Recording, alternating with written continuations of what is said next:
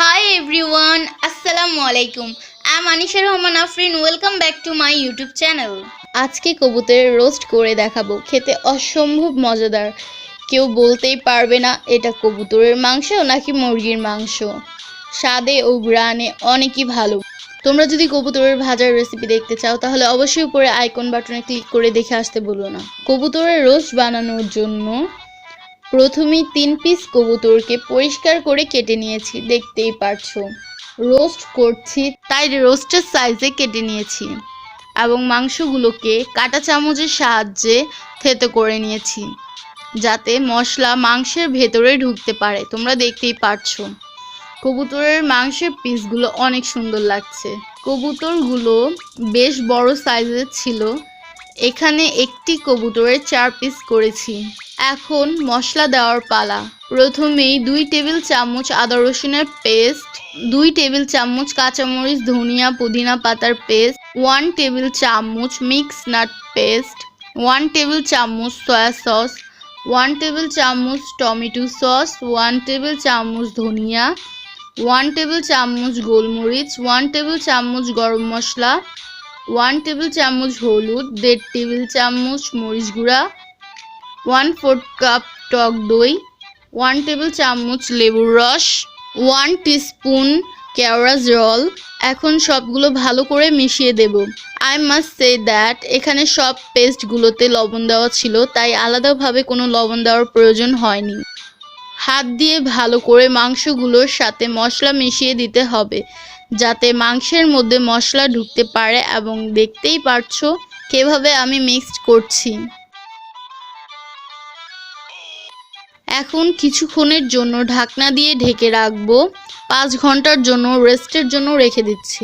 5 hours later ঢাকনা খুলে দেব। এখন রান্না করার পালা। একটি কড়াইয়ে 2 কাপ তেল দিয়ে দিচ্ছি। তেল গরম হয়ে গেলে একটি একটি করে কবুতরের পিসগুলো দিয়ে দেব। প্রথমে কবুতরের পিসগুলোকে ভেজে নেব, কারণ কবুতর সিদ্ধ হতে টাইম লাগে। মশলা এখন দিয়ে দিলে মশলা পুড়ে যাবে, সেজন্য প্রথমেই কবুতরের পিসগুলোকে ভেজে নেব আগে। মিডিয়াম আঁচে 10 মিনিটের জন্য রেখে দেব। 10 minutes later কবুতরের মাংসগুলো উল্টিয়ে দেব।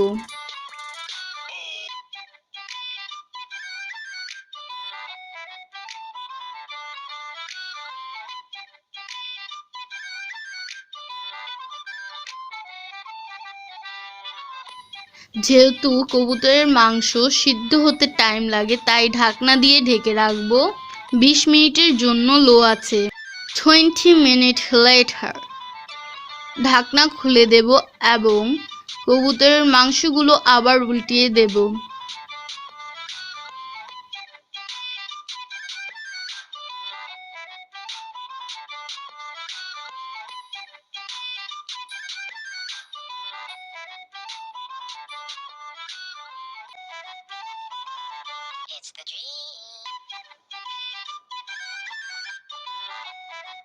আবার চুলার লো আছে 5 মিনিটের জন্য ঢাকনা দিয়ে ঢেকে রাখবো।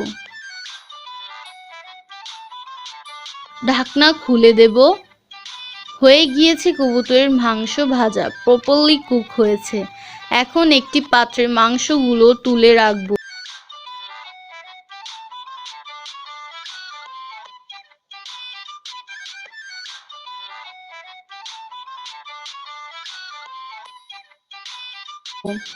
মশলা রান্না করার পালা। মশলাগুলো দিয়ে দেব। চুলার লো আছে, মশলাগুলো ভালো করে কষাতে হবে।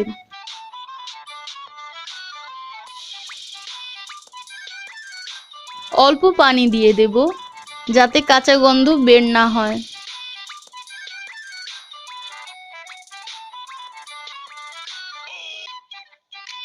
ঢাকনা দিয়ে 5 মিনিটের জন্য ঢেকে রাখবো।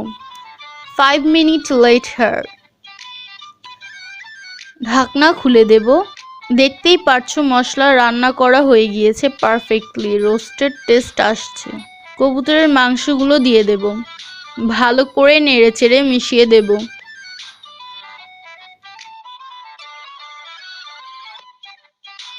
হয়ে গেল মজাদার, মুখে লাগার মতো স্বাদের কবুতরের মাংসের রোস্ট। তোমরা অবশ্যই একবার ট্রাই করবে। অসম্ভব মজাদার একটা রোস্ট। তোমরা বলতেই পারবে না এটা কবুতরের মাংস না মুরগির মাংস। টেস্ট অসম্ভব মজাদার। হুবাহু যদি রেসিপিটা ফলো করো তাহলে তোমরা এক্স্যাক্টলি টেস্ট পাবে। Just try it, you love this recipe.